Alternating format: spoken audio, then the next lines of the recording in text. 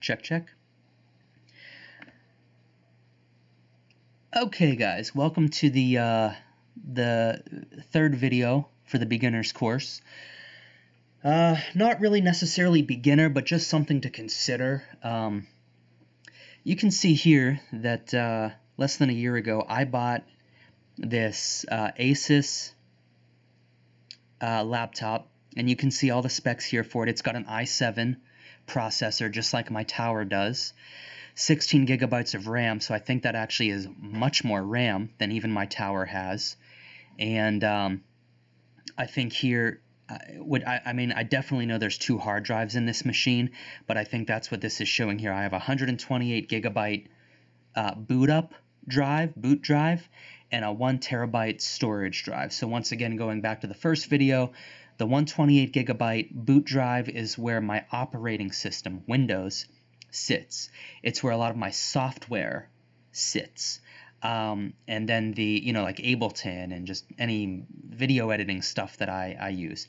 The 1 terabyte storage drive is where static things sit, like kick drum samples, vocal samples, clap samples, any kind of samples. Static things like pictures, logos, files like I don't know, notes that I type to myself about music or marketing, Word documents or notes. And just to be clear, that smaller hard drive, that boot drive, the reason why software has to sit on your boot drive with your operating system, your OS, is because from what I've been explained, the computer has a very difficult time, I think. If you were to put, like, let's say Ableton on your storage drive, your 1 terabyte, I don't think that the other hard drive with your operating system can speak to the other drive quickly enough or efficiently enough to run software from it.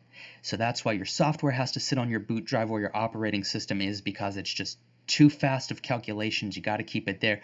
Whereas your 1 terabyte storage drive, the operating system can speak to, or the computer can speak back and forth between the 2 hard drives to take a kick drum on that storage drive and get that over quickly. But major calculations with software is not going to happen. So that boot drive has to keep your software and your operating system together. Your 1 terabyte hard drive is where your static stuff sits. Here's the thing. I paid $750 for this gaming laptop.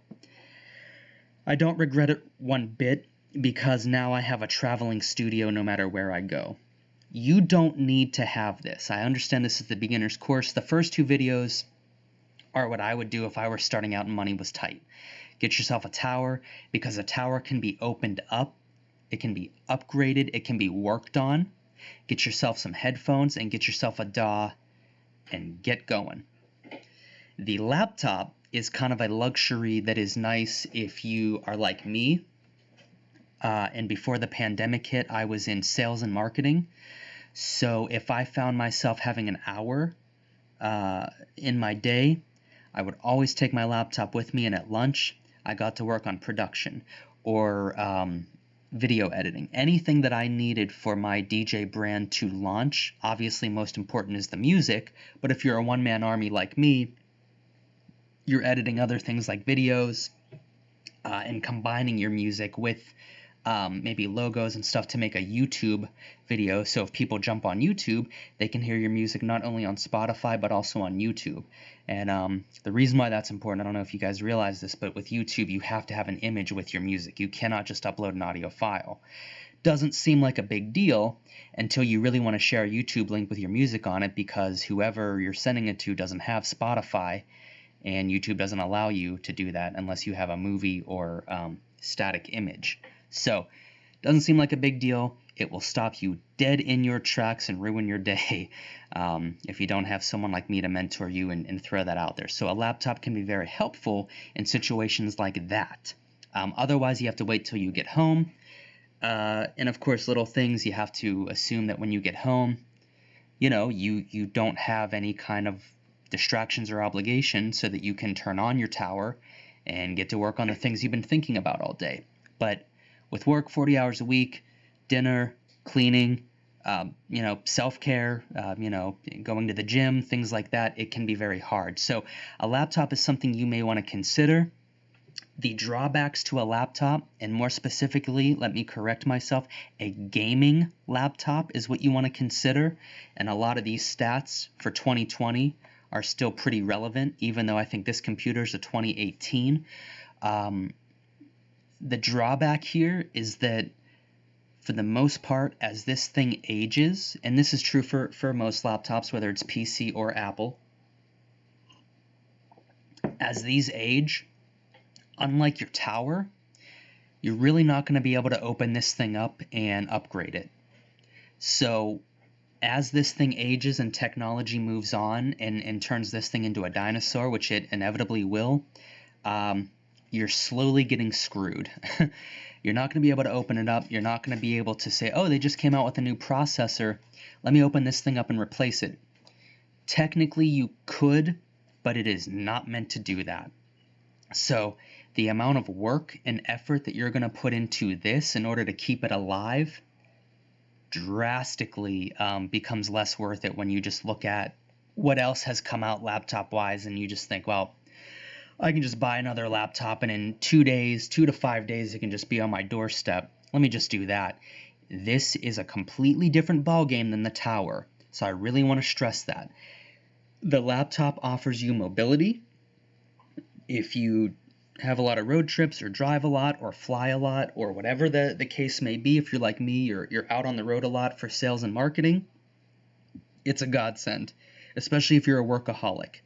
You can fit in lunch breaks. If somebody is running late, you can fire up your laptop and just in your car get some work done. However, this is sort of, I don't know how to explain it other than it's always fleeting.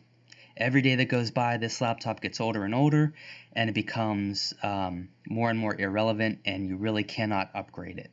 Whereas with the tower, you do not have mobility, but when new processors come out or that thing starts to show signs of wear, I can unplug it, I can put it on a workbench, I can open it up, and I can replace just about any part I want in there. And not only can I replace it, but I can replace it extremely easily. It's plug and play. So just things to consider here, guys. I don't necessarily think you should go right out and buy a tower and a laptop right away. But what I would do is consider the benefits, the pros and cons of each, because they're both more or less about the same price. This was $750 used. I think I got my tower up and running, earlier than this, newer parts, even though they're about the same. It was the timeline that was the difference, for about $100 to $200 more. So, it just depends. Everything's going to ballpark basically around $1,000, give or take. And it really just depends on how savvy you are to find used parts and what your lifestyle is like. If you're a homebody, you really don't travel a lot, and you have no time at work to work on your music, then a laptop is kind of a waste. For me, I do have time throughout my day to work on music just about wherever I'm at. So I can always duck into a cafe and get lunch and spend an hour producing. A laptop makes sense for me. I also am lucky enough right now to have the financial ability to have both.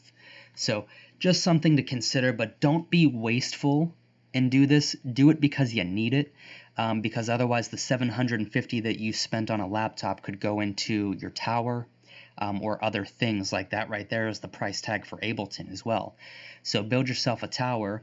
Don't buy a laptop. Take the money you would have bought for a laptop, which is excessive, and buy Ableton or FL Studio and your pair of headphones with that.